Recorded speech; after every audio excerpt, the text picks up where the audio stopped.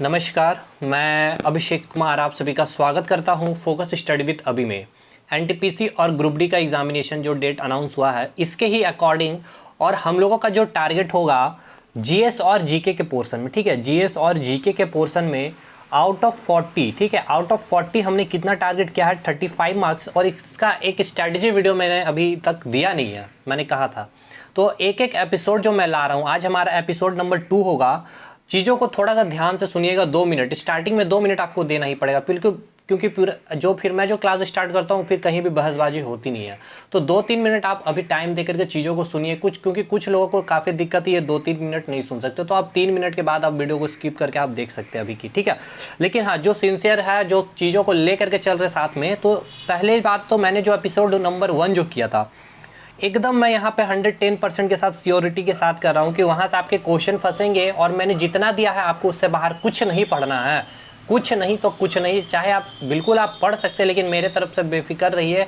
मैंने कह दिया वहाँ से सवाल नहीं, क्योंकि मैंने पूरे प्रीवियस ईयर में जो पूछे गए हैं 2015 से लेकर के 2020, एनटीपीसी हो, एलपी हो, ग्रुप डी हो, चाहे जेई का पेपर हो, चाहे आरपीएफ का पेपर हो, थ्योरेटिकल और न्यूमेरिकल मैंने करा दिया। अगर नहीं देखा है तो लिंक आपको मिल जाएगा।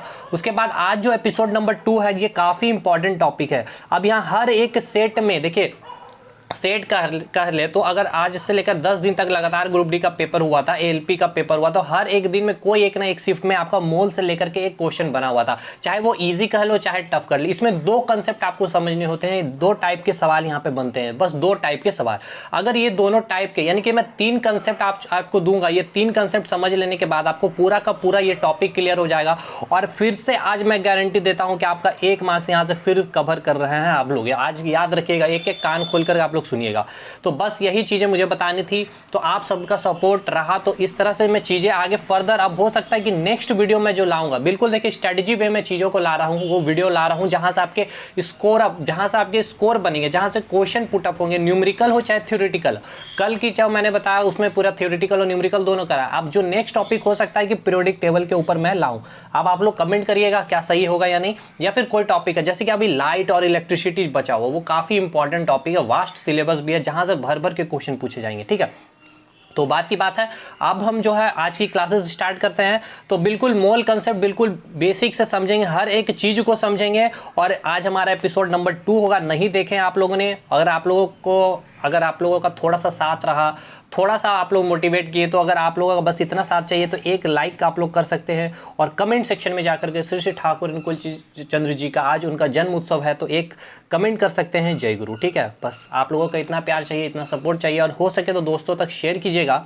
तो आज हम लोग समझेंगे मोल कंसेप्ट। तो सबसे पहले मोल कंसेप्ट समझने से पहले हम 1-2-3 कुछ बेसिक चीज़ को समझ लेते हैं। देखिए, अच्छा, टेलीग्राम ग्रुप का लिंक भी आपको दे दिया गया, वहाँ पे उसको ज्वाइन कर लीजिए। सारी चीज़ें पीडीएफ वगैरह वहाँ पे आपको सारी मिलती रहेगी, जो भी अपडेट होगा वहाँ पे मैं देते रहूँगा, ठीक है। अब स्टार्ट करते हैं आज की क्लास। देखिए, 3-4 चीज़ होते हैं केमिस्ट्री में। तो सबसे पहले देखिए, केमिस्ट्री में 4 टर्म अगर आप समझ लिए तो बिल्कुल फ्री ऑफ माइंड आप बिल्कुल केमिस्ट्री अच्छा कर सकते हो। बाकी सिर्फ सब चीज़ें केवल रटनी होती है केमिस्ट्री में। तो हालांकि ये चीज़ जो मैं अभी बता रहा हूँ एटॉमिक स्ट्रक्चर में काफ़ी डिटेल में, लेकिन आज ही मैं आपको क्लियर कर दूंगा। देखिए, 4 टर्म कौन कौन है। एक तो आपका एटम है, दूसरा आपका मॉलिक्यूल है, तीसरा आपका एलिमेंट है, ठीक है, और चौथा आपका क्या है, कंपाउंड। एटम को हिंदी में कहेंगे परमाणु, मॉलिक्यूल को मॉलिक्यूल है ये, ठीक है, मॉलिक्यूल को हम लोग हिंदी में कहेंगे अणु, एलिमेंट को हम लोग हिंदी में कहेंगे तत्व, और कंपाउंड को हम लोग हिंदी में कहेंगे यौगिक। सारा कुछ लिखा हुआ है नोट में यहाँ पे, आप परेशान मत होइएगा। लेकिन हाँ, इसी को हमें समझना है कि ये एटम होता क्या है, ये तत्व यानी कि ये एलिमेंट होते क्या है, ये एटम होते क्या है, ये मॉलिक्यूल्स होते क्या हैं, और ये कंपाउंड क्या होते हैं। इसको अगर एक बार समझ लिए ना तो चीज़ें काफ़ी आसान हो जाएगी। और आप अभी मैं आपको एक एग्जांपल भी दे करके आपको सारा का सारा चीज़ सॉल्व आउट भी करा दूंगा, और आप समझ भी जाओगे कि सारी चीज़ें कैसे निकाली जाती है। अब मैं आपको थोड़ा सा एक डेफिनेशन पढ़ दूँ, ये किताबें वगैरह में आपको मिल जाएगी, वह डेफिनेशन मैंने लिखा नहीं है, हालांकि मैं अभी जो बोल रहा हूँ आप उसको लिखिएगा। देखिए, मैं आपको डेफिनेशन दे रहा हूँ किसका, परमाणु का, एटम का डेफिनेशन मैं दे रहा हूँ, जो किताबी भाषा होती है। लेकिन मैं अभी देसी भाषा में हम लोग उसे समझेंगे। देसी भाषा में समझने से पहले हम किताबी भाषा का एक लैंग्वेज समझ ले। एटम का डेफिनेशन दिया गया है, तत्व का सबसे सूक्ष्मतम कण, तत्व का सबसे सूक्ष्मतम कण, ठीक है, सबसे सूक्ष्मतम कण, ठीक है, जब से सबसे स्मॉलेस्ट पार्टिकल जो होता है उसे हम क्या कहते हैं, एटम कहते हैं। किसका, एलिमेंट का सबसे स्मॉलेस्ट पार्टिकल, तत्व का सबसे सूक्ष्मतम कण को हम क्या कहते हैं, एटम कहते हैं। और तत्व किसको कहते हैं, डेफिनेशन अभी सुनिएगा, लिख लीजिए, उसके बाद हम अभी समझाएंगे। और तत्व किसको कहते हैं, देखिए तत्व किसको कहते हैं, बहुत सारे एटम जब मिलते हैं, ठीक है, बहुत सारे जब एटम एक साथ मिलते हैं तो किसका निर्माण होता है, तत्व का निर्माण होता है, ठीक है, बहुत सारे एलिमेंट जब आपस में मिलते हैं तो किसका निर्माण होता है, तत्व का निर्माण होता है। अब हम इसे एक छोटा सा एग्जांपल से समझेंगे।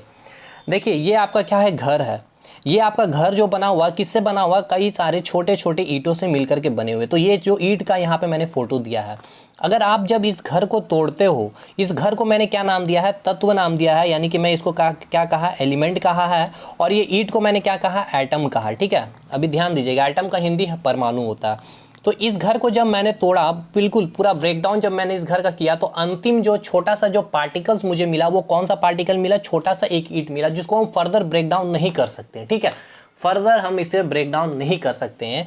तो जो सबसे छोटा स्मॉलेस्ट पार्टिकल, जो सबसे सूक्ष्मतम कण हमें जो मिला इस घर को तोड़ने के बाद, वो छोटा सा एक ईंट मिला, वही ईंट को हम क्या कर रहे हैं, एटम कर रहे हैं।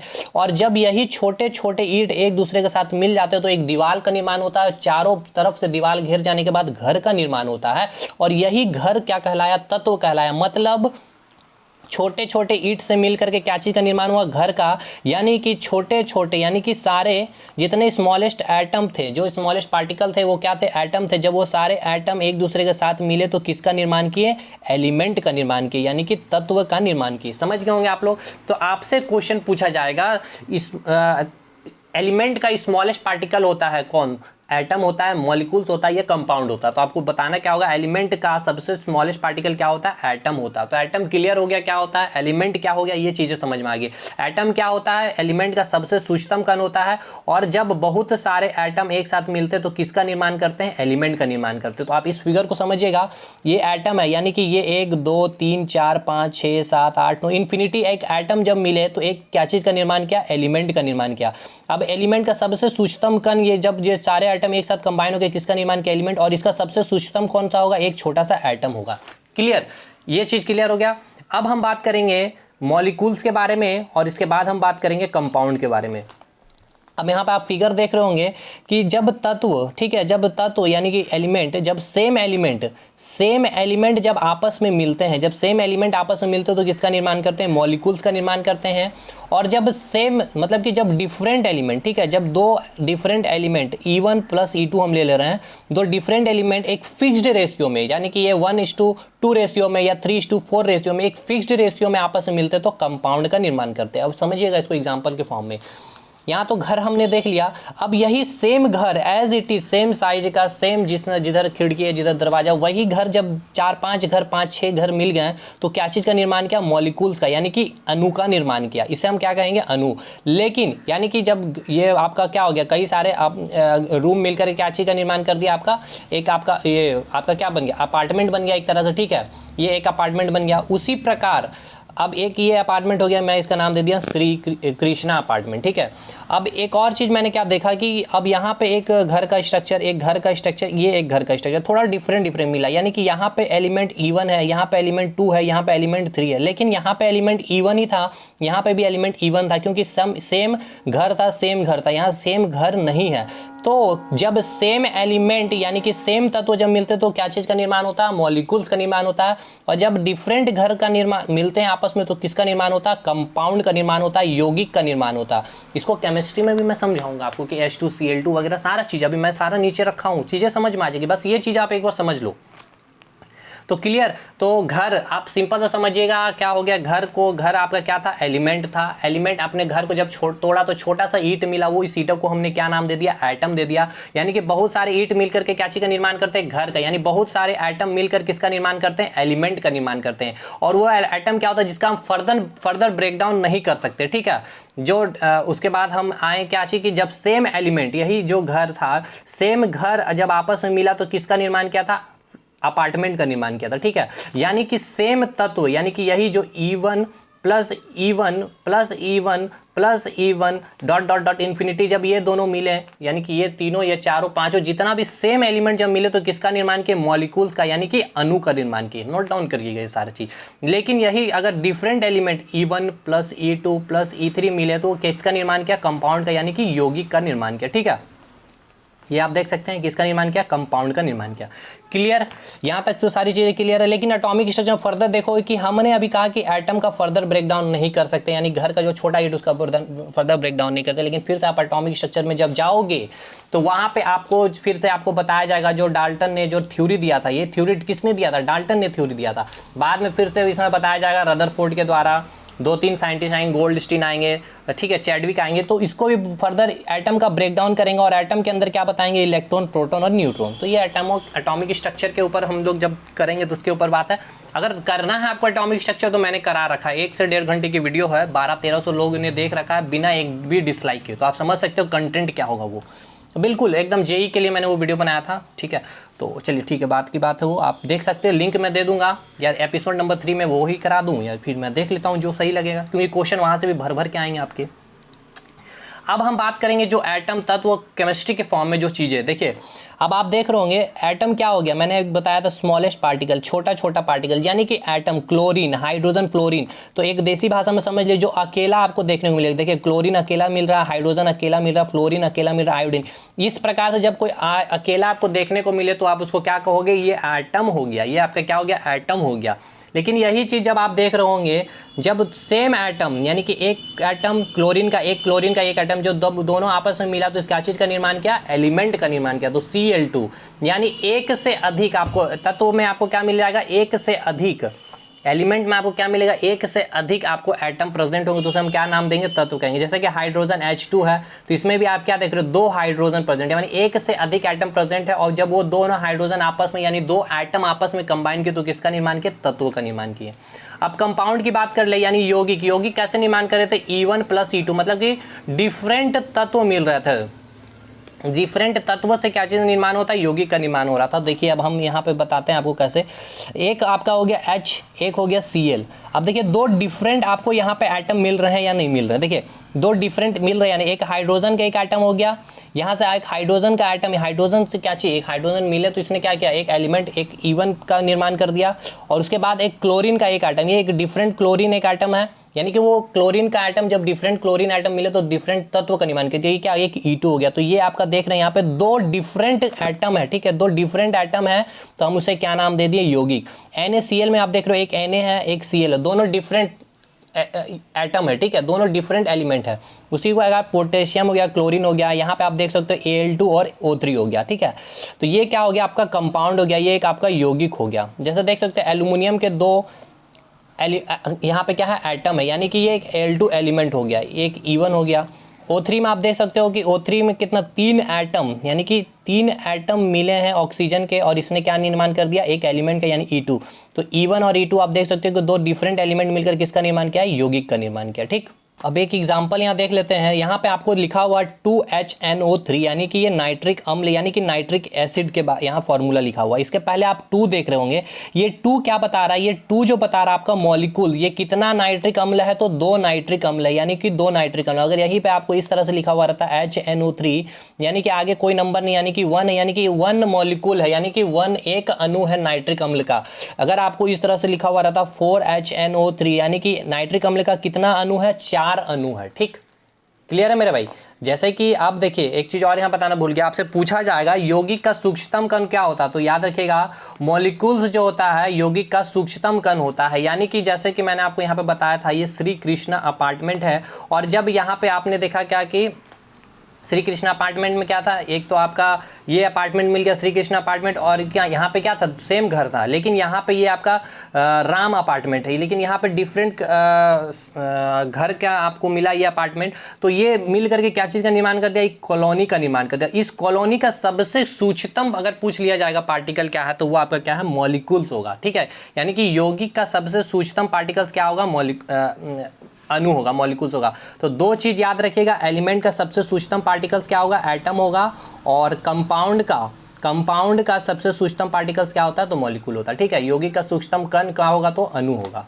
क्लियर। अब यहाँ पे इस एग्जाम्पल की बात कर लेते हैं, यहाँ पे आप चीज़ें समझिएगा, देखिए पूरा का जो चीज़ें आपने समझे या नहीं समझे आप यहाँ पे क्लियर कर सकते हैं चीज़ों को।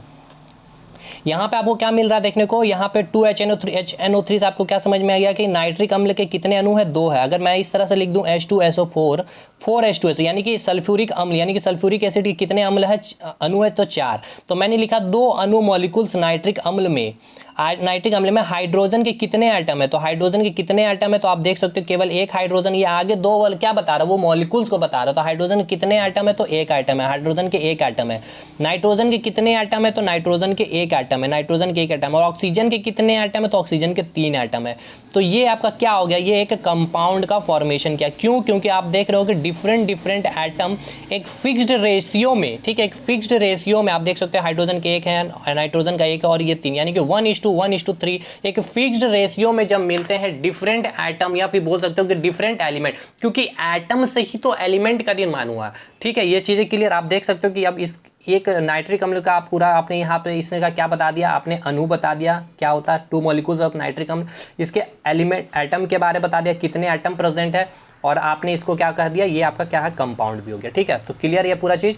अब हम जो है मोल का देखिए 15 मिनट यहाँ पे चीज़ें बहुत समझना जरूरी है, क्योंकि एटॉमिक स्ट्रक्चर में मैं ये चीज़ें अब नहीं बताऊँगा।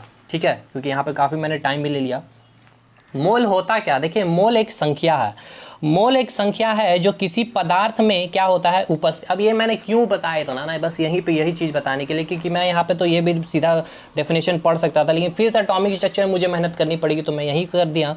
मोल क्या, एक संख्या है जो किसी पदार्थ में, मोल क्या है, एक नंबर है जो किसी पदार्थ में उपस्थित एटम को, मॉलिक्यूल्स को और आयन की संख्या को बताता है कि कोई भी पदार्थ है, कोई भी मैटर है, उसमें कितने नंबर ऑफ एटम्स प्रेजेंट है, कितने नंबर ऑफ मॉलिक्यूल्स प्रेजेंट हो, कितने नंबर ऑफ आयन प्रेजेंट हो, वो कौन बताता, तो आपका मोल बताता है।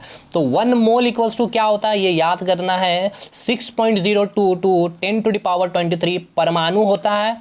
अब परमाणु के लिए परमाणु होगा, अणु के लिए अणु होगा, आयन के लिए आयन होगा। देखिए आयन क्या होता है, हम इसको बता दे रहे H+, आप इसको देख लें Cl-, यानी कि कोई भी एटम के ऊपर अगर कोई भी एलिमेंट हो, चाहे एटम के ऊपर कोई भी चार्ज प्रेजेंट हो, तो उसे हम क्या कहेंगे, आयन कहेंगे। ठीक है, यानी कि इलेक्ट्रॉन उस एटम के पास इलेक्ट्रॉन को ग्रहण कर रहा हो या फिर वो त्याग कर रहा हो, ठीक है, तो हम उसे क्या कहेंगे, आयन कहेंगे। अगर पॉजिटिव चार्ज यानी कि वो इलेक्ट्रॉन को लॉस कर रहा है, और माइनस चार्ज है तो वो इलेक्ट्रॉन क्या कर रहा है, गेन कर रहा है। ठीक है, कंसेप्ट समझिएगा आप भाई, क्योंकि न्यूमेरिकल यहाँ से पूछेंगे ही पूछेंगे, फिक्स्ड है।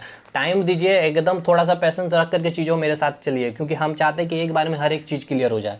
दोबारा फिर से ये कोई और किताब पढ़ के फिर ये यहाँ से पढ़ के वहाँ जाने की आपको ज़रूरत ना पड़े। अब ये फार्मूला, रामबाण फार्मूला, ये मैंने बता दिया, रामबाण बता दिया। अब ये आपको देखिए, अब इतना डिटेल बताया ना, अब आपको ये कितना अच्छे से समझ में आएगा अगर आप थोड़ा सा, मैंने आपको क्या बताया, 1 मोल इक्वल्स टू क्या होता है, 6.022 इंटू 10⁻23 क्या बताया, परमाणु बताया, या और है, और ये वाला और है, ठीक है, या अणु है, या फिर आयन है। अब ये किसके लिए मैंने बताया, ये देखिए, अब ये आपका क्या है, यह हो गया आपका एटम, ये यानी कि क्लोरीन में पूछा जाएगा, यानी कि क्लोरीन में अगर आपका क्लोरीन में बोला जाएगा तो 1 मोल इक्वल्स टू कितना हो जाएगा, 6.002 इंटू 10⁻23 क्या होगा, आपका एटम लिखोगे। लेकिन यही अगर आप यहाँ पे आओगे, तो अगर हम बात कर ले मॉलिक्यूल्स के, यानी कि 2HNO3, यहाँ पे जो आपका कितना मॉलिक्यूल्स है, 2 मॉलिक्यूल्स ऑफ HNO3, तो इसमें कितना लिखोगे, 6.022 इंटू 10⁻23 एटम नहीं लिखोगे, क्या लिखोगे, अणु लिखोगे। समझे क्यों मैंने बताया यहाँ पे, इतना चीज़ आपको समझ में आया अभी, तो ये आपका क्लियर हो गया एक चीज़। अब हम यह फॉर्मूला आपको याद रखना, मोल का ये फॉर्मूला, ये रामबाण फॉर्मूला है। अब यहीं से हर एक क्वेश्चन आप बनाओगे, सबसे पहले आपको मोल निकालना होगा, उसके बाद ही कोई काम करना। तो मोल इक्वल्स टू होता है गिवन वेट अपन मॉलिक्यूलर मास, यानी कि दिया गया द्रव्यमान बटे आणविक सूत्र द्रव्यमान। ठीक है, मोल इक्वल्स टू क्या है, गिवन वेट अपन मॉलिक्यूलर मास। अब जितना सवाल, बस यही 2 चीज़ आपको याद रखना, बाकी कुछ भी नहीं याद रखना। एक आगे चीज़, एक और कंसेप्ट दूंगा, एक मोल इक्वल्स टू 22.4 लीटर वाला कंसेप्ट, वहाँ से भर भर के पूछे गए हैं क्वेश्चन। तो बात करते हैं गिवन वेट अपन मॉलिक्यूलर मास, ये आपका फॉर्मूला याद हो गया। मतलब क्या है कि आपको द्रव्यमान दिया हुआ रहेगा, और उस जो भी आपको वहाँ पे आणविक जो भी मॉलिक्यूलर आपको एटम दे दिए हुए रहेंगे, चाहे एलिमेंट दे दिए होंगे, उसका आपको क्या होगा, द्रव्यमान आपको पता करना होगा, और यहाँ से आप पता करके इसको जब डिवाइड करोगे तो आपका मोल निकल जाएगा। अब सवाल कैसे पूछे गए थे, पहला सवाल पूछा गया था कि कार्बन डाइऑक्साइड के, अब देखिए यहाँ तो मैंने लिख दिया CO2, ईजी कर दिया, लेकिन एग्जाम में क्या करेंगे ना, ये लिखेंगे इस तरह से, कार्बन डाइऑक्साइड गैस, ध्यान रखिएगा मेरे भैया, कार्बन डाइऑक्साइड गैस, ठीक, कि 132 ग्राम में कितने मोल होंगे, तो आपको CO2 का फॉर्मूला पता होना चाहिए, ठीक। अदरवाइज या फिर आपको इस तरह से आगे नेक्स्ट एग्जांपल में बताऊंगा, तो CO2 के 132 ग्राम में कितने मोल होंगे, तो मुझे मोल निकालना है। तो मोल का फॉर्मूला मुझे पता है क्या होता है, दिया हुआ द्रव्यमान, दिया हुआ क्या हो गया आपका, दिया हुआ वेट यानी कि द्रव्यमान, और आपका क्या हो गया ये मॉलिक्यूलर मास किसका, तो CO2 का मॉलिक्यूलर मास हम निकालेंगे। CO2 का मॉलिक्यूलर मास कैसे निकालेंगे, इसको आइए सीख लेते हैं एक बार, ठीक है। CO2 का मॉलिक्यूलर मास निकालते हैं, तो कार्बन का एटॉमिक वेट कितना होता है, कार्बन का एटॉमिक वेट कितना होता है, एटॉमिक मास कितना होता है, तो 12 होता है। ये याद करना होगा, पीरियोडिक टेबल में मैं याद करवा दूंगा। उसके बाद ऑक्सीजन का कितना होता है, तो 16 होता है, और कितने ऑक्सीजन है, तो 2 है। तो जब आप इसको ऐड करोगे तो आपका कितना आएगा, 44 ग्राम। ये क्या हो गया 44 ग्राम, ये CO2 का मॉलिक्यूलर मास हो गया। यानी कि आणविक सूत्र, जो सूत्र यहाँ पे दिया हुआ था उसका द्रव्यमान आपने निकाल लिया है। तो अब हमारा काम काफ़ी आसान हो गया। मोल इक्वल्स टू जो दिया हुआ द्रव्यमान है CO2 का, कितना द्रव्यमान में, 132 ग्राम में, यानी कि 132 ग्राम में उसका मॉलिक्यूलर मास कितना है, 44 है। तो इसको जब मैंने डिवाइड किया तो क्या आ गया, 3 आ गया। तो कितना मोल आ गया, 3 मोल आ गया। तो यहाँ पे पूछा गया था मुझसे कितने मोल होंगे, तो मैंने CO2 का पहले मॉलिक्यूलर मास निकाल लिया, उसके बाद मोल का फॉर्मूला मैंने बैठा दिया। मोल इक्वल टू होता है given weight upon molecular mass, और गिवन वेट में मैंने क्या पुट कर दिया, 132 ग्राम। देखिए ये 132 ग्राम मैंने गिवन वेट में पुट कर दिया। मॉलिक्यूलर मास मैंने यहाँ से निकाल लिया, यहाँ पे मैंने पुट कर दिया 132/44 को डिवाइड किया, तो मेरा आंसर आ गया 3 मोल, ठीक है, 3 मोल। तो ये क्लियर है आपका, यहीं पे मैंने यही सॉल्व आउट किया, ये आपका चीज़ हो गया। एक और एग्जांपल बस इसको जल्दी से, अब यहाँ पे कितना अच्छा सा क्वेश्चन पूछा गया, देखिए जल्दी से नहीं करना, यही तो कॉन्सेप्ट है यहाँ पे, ये चीज़ें समझने के लिए। यही क्वेश्चन पूछा भी गया था, देखिए अब ग्रुप डी में कैसे पूछा गया कि ये क्वेश्चन पूछ लिया, सेम डाटा रखा है। अब यहाँ क्या पूछा था, यहाँ पूछा था आपसे मोल कितना होगा, यहाँ आपसे क्या पूछ लिया है, अणु कितना होगा। अब कुछ भी पूछे, मोल पूछे, अणु पूछे, सबसे पहले आपको क्या निकालना है, तो मोल निकालना, मोल निकालना, मोल निकालना एकदम दिमाग में बैठा लीजिए। हम कुछ नहीं करेंगे, मोल निकालेंगे पहले। तो मोल हमको पता है क्या है, अणु कितने होंगे, ठीक है, अणु पूछा गया कितने अणु होंगे, तो हमको नहीं पता, हम पहले मोल निकालेंगे। ये छोड़ दीजिए सब लाइन, अभी जो लिखा हुआ ये सब छोड़ दीजिए, ठीक है। मोल इक्वल्स टू होता है गिवन वेट अपन मॉलिक्यूलर मास, कितना वेट हमको दिया हुआ 132 ग्राम, 132 ग्राम लिख लिए। और मॉलिक्यूलर मास CO2 का भी मैंने निकाल के बताया कितना, 44 से कितना 3 मोल आ गया। हमने निकाल लिया 3 मोल, लेकिन हमसे क्या पूछा, अणु पूछा गया। तो हमको क्या पता है, हम जानते हैं कि 1 मोल में 6.022 इंटू 10⁻23 क्या होता है, अणु होता है। क्या होता है, अणु होता है। ये क्या होता है, अणु होता है। ये क्या होता है, अणु होता है, ठीक है ना मेरे भाई। अभी मैंने बताया था ना यहाँ पे 1 मोल में क्या होता है, 6.022 इंटू 10⁻23 क्या होता है, या तो एटम होता है, या तो अणु होता है, या आयन होता है। तो हमसे क्या पूछा गया है, हमसे पूछा गया आयन। तो 1 मोल में कितने आयन होते हैं, 6.022 इंटू 10⁻23। तो मैंने यही किया है यहाँ पे कि 1 मोल इक्वल्स टू मैंने लिख दिया 6.022 इंटू 10⁻23 अणु, और मुझे आया कितना, 3 मोल में निकालना। तो 3 मोल में कितना अणु होगा, तो 3 मोल में बस 3 से इसको मल्टीप्लाई कर दिए, मेरा आंसर आ गया, इतना अणु हो गया। कितना आसान था। हमको करना क्या, पहले मोल निकालना है। चाहे हमसे मोल पूछे चाहे नहीं पूछे, मोल पूछेगा तो हम तो मोल निकाल के तुरंत सॉल्व कर लेंगे। अगर हमसे अणु पूछेगा तो हम मोल निकालेंगे, और हमको फिर पता है क्या कि 1 मोल में कितना अणु होता है हमको पता है। जितना मोल आएगा हम उससे क्या करेंगे, मल्टीप्लाई करेंगे, मेरा आंसर निकल जाएगा, ठीक है। आइए ग्रुप डी में पूछा हुआ सवाल देखिए, शिफ्ट आपका यहाँ पे दिया हुआ 17 तारीख का डेट में आपको ये सवाल पूछा गया था। कितना अच्छा सवाल पूछा गया, देखिए 49 ग्राम H2SO4 में अणु की संख्या क्या होगी। 49 ग्राम H2SO4 में अणु की संख्या क्या होगी, तो अणु की संख्या पूछा गया, हमको नहीं पता। हमको पता मोल कैसे निकाला जाता है। मोल इक्वल टू होता है गिवन वेट अपन मॉलिक्यूलर मास। गिवन वेट दिया हुआ द्रव्यमान कितना है, 49 ग्राम, 49 ग्राम, और H2SO4 का मॉलिक्यूलर मास निकालेंगे। H2SO4 का चलिए हम लोग निकालते हैं, H2SO4, H का मॉलिक्यूलर मास कितना होता है, 1/2 प्लस सल्फर का कितना होता है 32 प्लस ऑक्सीजन का कितना हो गया 16 × 4। जब आप इसको ऐड कर रहे होंगे तो आपका वैल्यू आ रहा होगा 98 ग्राम, ठीक है। तो ये आपका मास एटॉमिक वेट आपको याद करना होगा, एटॉमिक नंबर याद करना होगा, कम से कम 30 तक आप याद कर लो मेरे भाई। आपके रेलवे तो पूछेंगे ही पूछेंगे, और वो तो डायरेक्ट पूछेंगे क्वेश्चन। मैं तो दिखाऊंगा पीरियोडिक टेबल में कैसे पूछे जाएंगे। अगर आपको एटॉमिक वेट, एटॉमिक नंबर और पूरा ग्रुप वगैरह याद है, मैं तो करवा भी दूंगा याद, इसके लिए कोई टेंशन, बस आपको सपोर्ट चाहिए मेरे भाई।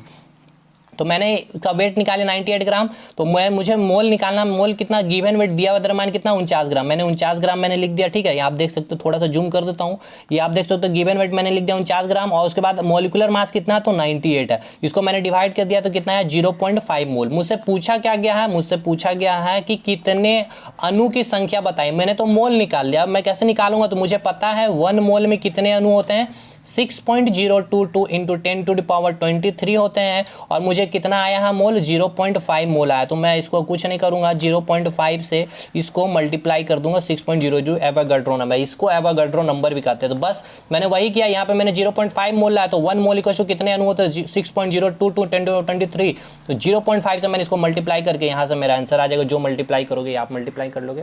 अब लास्ट टाइप का एक कंसेप्ट यहाँ से भर भर के क्वेश्चन पूछेंगे, बहुत इंपॉर्टेंट है मेरे भाई, ध्यान दीजिएगा।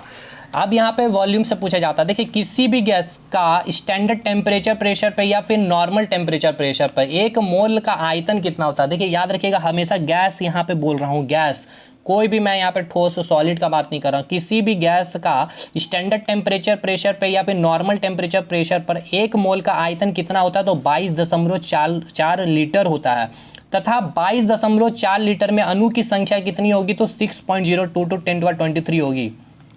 मतलब ये लाइन बस आप याद कर लीजिए, 1 मोल में कितना लीटर होगा, कोई भी गैस का आयतन कितना होगा, 22.4 लीटर होगा, और उस 22.4 लीटर में या फिर 1 मोल में कितने अणु होंगे, तो 6.022 इंटू 10⁻23 अणु होंगे। बस और बस इतना कर लेना है।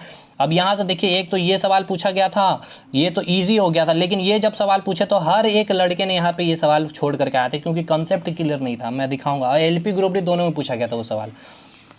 अब देखिए क्वेश्चन बोला क्या है कि हाइड्रोजन गैस, क्या खूबसूरती क्वेश्चन को देखिए, अगर लड़के का पीरियोडिक टेबल क्लियर नहीं है ना, तो यहाँ पे केमिस्ट्री क्लियर नहीं तो फंस जाएगा। हाइड्रोजन गैस, कई लोग तो हाइड्रोजन लेकर के ऐसे बना दिया, लेकिन गलत था। जब भी गैस आपको देखने मिल जाए ना तो H2 लगा दीजिए, क्लोरीन गैस आपको देखने तो Cl2, आयोडीन गैस तो I2, फ्लोरीन गैस तो F2, कभी भी फ्लोरीन इस तरह से लिख करके छोड़ मत दीजिएगा, क्योंकि सब लोगों ने क्या किया था, यहाँ पे हाइड्रोजन गैस देख करके हाइड्रोजन लिया और इसका मॉलिक्यूलर मास 1 निकाल लिया, लेकिन इसका मॉलिक्यूलर मास H2 करके निकालते तो इसका 2 ग्राम आता है, और जब हम लोग मोल में यूज करते हैं molecular given weight upon molecular मास में, तो 2 पुट करते, जैसे कि यहाँ मैंने 2, अब बहुत लोगों ने 1 पुट करके 8 मोल लिया, 8 मोल से इसको मल्टीप्लाई करके आंसर गलत निकाले, और वो ऑप्शन में भी दिया हुआ था, क्योंकि वही चेक कर रहा था रेलवे। यहाँ हाइड्रोजन गैस H2 भी तो लिख सकता था, लेकिन वो नहीं लिखा।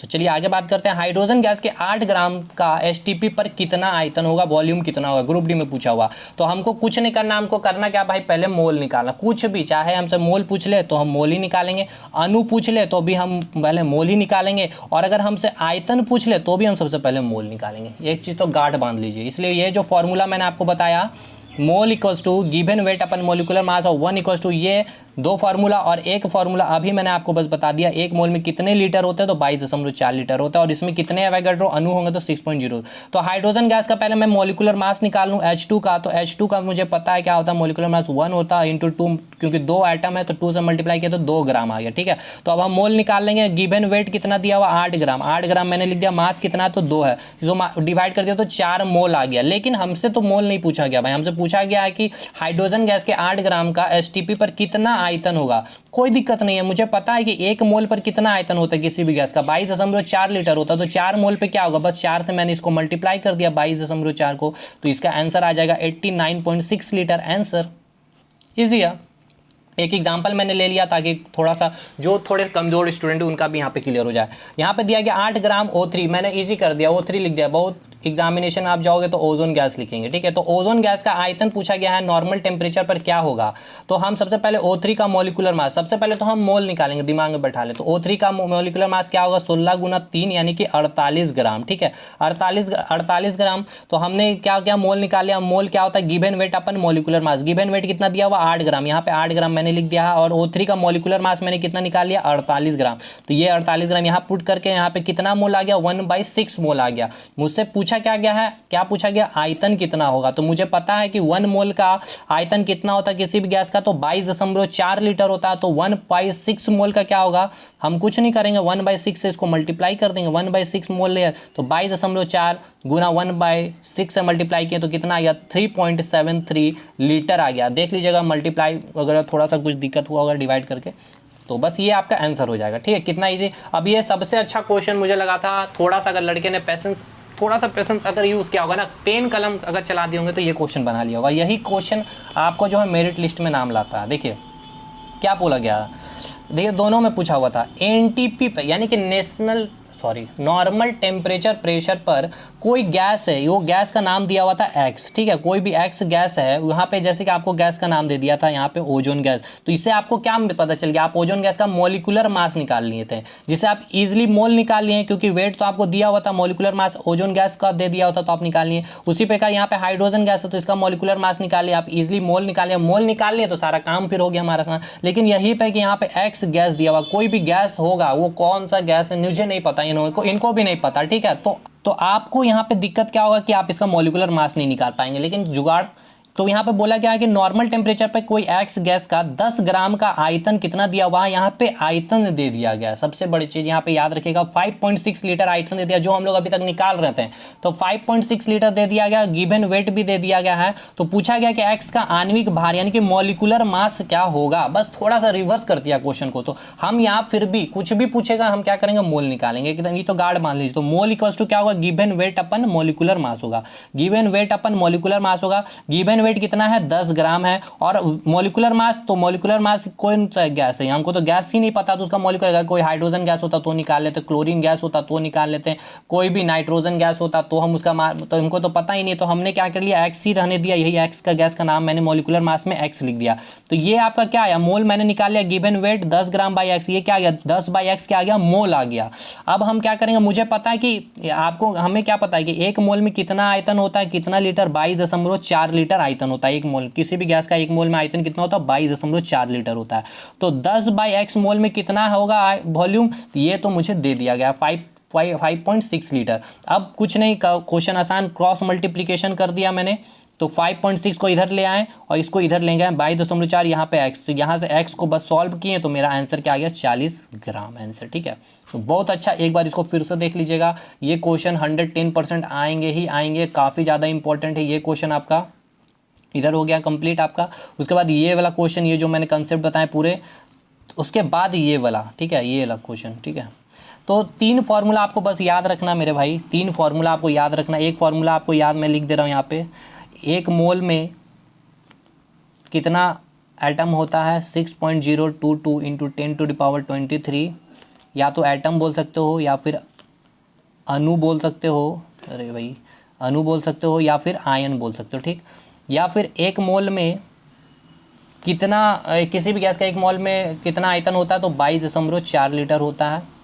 और 22.4 लीटर में कितना अणु होगा, तो यही एवोगैड्रो नंबर होगा। और मोल का फॉर्मूला याद करना, मोल का फॉर्मूला क्या होता है, गिवन वेट अपन मॉलिक्यूलर मास। बस इतना कर ले मेरे भाई, सारा क्वेश्चन मोल कंसेप्ट से, कोई इधर उधर पेड फाड़ में आपको जाने की चर्चा नहीं है भाई। इतना अच्छा कंसेप्ट एक जगह चीज़ें आपको देंगे भी नहीं कोई, ठीक है। आधे घंटे में पूरा का पूरा कोर्स कंप्लीट हो गया यहाँ पे। तो आपका सपोर्ट रहा, तो नेक्स्ट टॉपिक में पीरियोडिक टेबल का धज्जिया हम लोग उड़ाएंगे, और एक वीडियो में तो पीरियोडिक टेबल खत्म नहीं होगा। पहले तो साइंटिस्ट के ऊपर पूरा जितने क्वेश्चन बनते हैं पूछे गए हैं वो सारा कुछ कवर करेंगे, और उसके बाद एक वीडियो में, 2 वीडियो में ऑलमोस्ट कंप्लीट कर लेंगे, इसमें कोई बड़ी बात नहीं होगी, ठीक है। तो आपका सपोर्ट रहा तो एक सपोर्ट, एक लाइक, एक कमेंट दोस्त लोगों तक शेयर कीजिएगा। बहुत इंपॉर्टेंट टॉपिक था केमिस्ट्री का, यहाँ से एक न्यूमेरिकल बनेगा, एटॉमिक स्ट्रक्चर से न्यूमेरिकल बनते हैं बस, और कहीं से न्यूमेरिकल बनेंगे भी, हाँ एक आपका ये एसिड बेस से क्वेश्चन बनेंगे। तो चलिए आपका सपोर्ट रहा तो आगे इसी तरह से अच्छी कंटेंट प्रोवाइड करने की कोशिश करेंगे, एक स्ट्रैटेजी के साथ भी आएंगे कि 35 स्कोर कैसे करना है। और हर एक चीज़ को, अगर आप लोगों को कोई नोट्स हमारी चाहिए होगी तो आप हमसे कांटेक्ट भी कर सकते हैं, टेलीग्राम ग्रुप को ज्वाइन कीजिए, हमारा मेल आईडी में भी आप मेल कर सकते हैं, कोई भी डाउट होंगे तो आप इस मेल आईडी पे कर सकते हो, roshan.doubt@gmail.com। अबाउट सेक्शन में भी आपको मिल जाएंगे। चलिए ठीक है, मिलता है नेक्स्ट वीडियो में, तब तक के लिए धन्यवाद, जय गुरु।